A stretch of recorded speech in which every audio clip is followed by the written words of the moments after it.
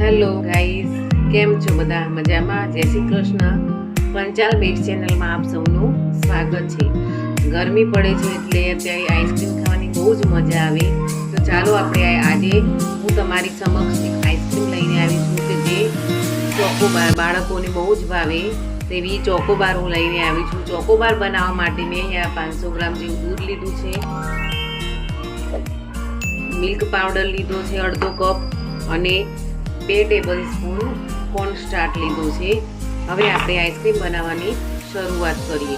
સૌ પ્રથમ હું આને પતીલાને ગેસ ઉપર મૂકીશ અને પછી બધી વસ્તુ હું એમાં એડ કરતી જઈશ. જો ગાઈઝ, અહીંયા એટલું ધ્યાન રાખવાનું છે કે આ કોર્નસ્ટાર્ચ છે એને દૂધમાં એકદમ એડ કરવાનું નથી, પણ આ રીતે એમાંથી દૂધ લઈ અને બરાબર એને પહેલાં ઓગાળી લઈશું. બરાબર ઓગળી જાય એટલે પછી આપણે એને દૂધમાં મિક્સ કરીશું. ઉકળશે ત્યારે આમ સીધી રીતે અંદર એડ કરવાનું નથી, એનું ખાસ ધ્યાન રાખવું. જોઈ શકો છો કે આ રીતે મેં ઓગાળી લીધું છે. હવે આપણે આ પતીલાને ગેસ ઉપર મૂકીશું. સહેજ ગરમ થાય એટલે આપણે એમાં મિલ્ક પાવડર એડ કરીશું. ચાલો આપણે એને હવે ગરમ કરવા માટે મૂકી દઈએ. જોઈ શકો છો ગાઈસ કે મેં અહીંયા આ પતીલામાં દૂધને ગરમ કરવા માટે મૂકી દીધું છે. દૂધને હલાવતા જવું કે જેથી નીચે ચોંટે નહીં. ચોંટશે તો એનો બળવાનો સ્વાદ અંદર આવશે, એટલે હવે ચોંટે નહીં એટલા માટે ધીરે ધીરે એને હલાવતા જઈશું. એક ઉભરું આવશે એટલે આપણે એમાં એડ કરીશું મિલ્ક પાવડર. તો ગાઈસ, દૂધ સહેજ ગરમ થઈ ગયું છે એટલે હવે આપણે એમાં એડ કરીશું મિલ્ક પાવડર. મિલ્ક પાવડર સહેજ દૂધ ગરમ હોય પછી જ એડ કરવું, તો અંદર સરસ મિક્સ થઈ જશે, નહીં તો લમ્સ પડવાની સંભાવના રહે છે, એટલે ખાસ એનું ધ્યાન રાખવું. જોઈ શકો છો કે સહેજ ગરમ હતું એટલે બધું જ મિલ્ક પાવડર અંદર એડ થઈ ગયું છે. કોઈ લમ્સ રહ્યા નથી. રહ્યા હોય તો ધીરે ધીરે કરીને એને છૂટા કરી દેવા.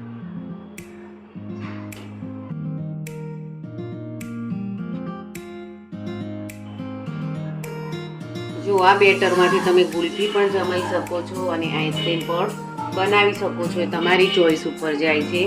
આજે આપણે બંને વસ્તુ બનાવીશું. ચોકોબાર આઈસ્ક્રીમ પણ બનાવીશું અને સ્ટ્રોબેરી આઈસ્ક્રીમ પણ બનાવીશું.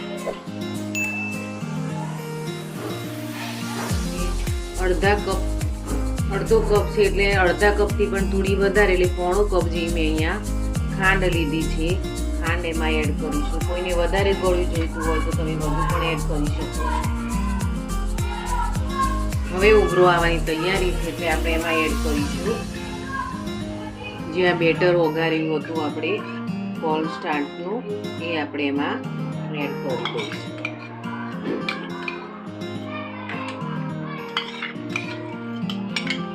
અને હવે એને હલાવતા જઈશું.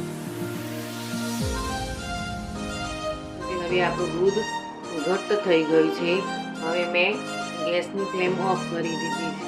હવે એને આપણે ઠંડુ થવા દઈશું અને પછી એને મોલ્ડમાં એડ કરીશું. હવે એને ઠંડુ થતાં લગભગ 2-2.5 કલાક જેવો સમય લાગે છે. ચાલો હવે આપણે એને ઠંડુ કરવા માટે મૂકી દઈએ. ઠંડુ થઈ ગયું છે અને ઠીક પણ થઈ ગયું છે. હવે એને આપણે મિક્સરમાં ક્રશ કરીશું. તો આ રીતનો મેં જાર લીધો છે અને એમાં આપણે આ એડ કરીશું.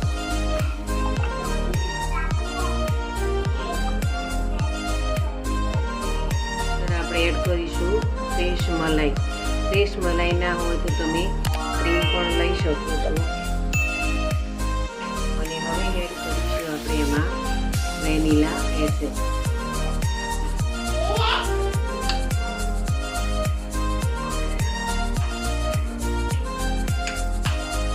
બધી વસ્તુને આપણે ક્રશ કરી દઈશું. તો ગાઈસ, હવે આ રીતનું મોલ્ડ બજારમાં મળે છે એવું મોલ્ડ લઈ એની વચ્ચે આ જે આઈસ્ક્રીમની સ્ટ્રીક આવે તેને આપણે ફસાવી દઈશું.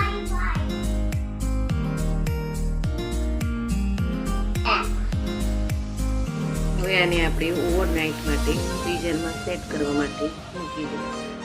ચાલો હવે ચોકોબાર આઈસ્ક્રીમ બનાવવા માટે મેં અહીંયા ડાર્ક મિલ્ક કમ્પાઉન્ડ ચોકલેટ લીધી છે એને આપણે હવે મેલ્ટ કરીશું. મેલ્ટ કરે એટલે એને ઓગાળીશું અને પછી એમાંથી આપણે ચોકોબાર આઈસ્ક્રીમ બનાવીશું. એને મેલ્ટ કરવા માટે જો ગાઈસ એક તપેલીમાં મેં થોડું પાણી લીધું છે અને ગેસ ચાલુ કર્યો છે. હવે ઉકળે એટલે આપણે પાણી ઉકળી ગયું છે. હવે એના ઉપર આપણે ચોકલેટ મૂકીને મેલ્ટ કરી લઈશું.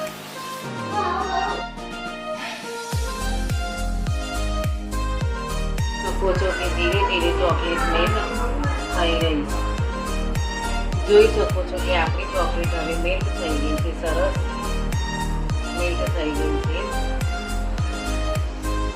હવે આપણે એને ગેસ ઉપરથી ઉતારી લઈશું. બેટરને થોડું આપણે ઠંડુ થવા દઈશું. આઈસ્ક્રીમ બિલકુલ સેટ થઈ ગઈ છે.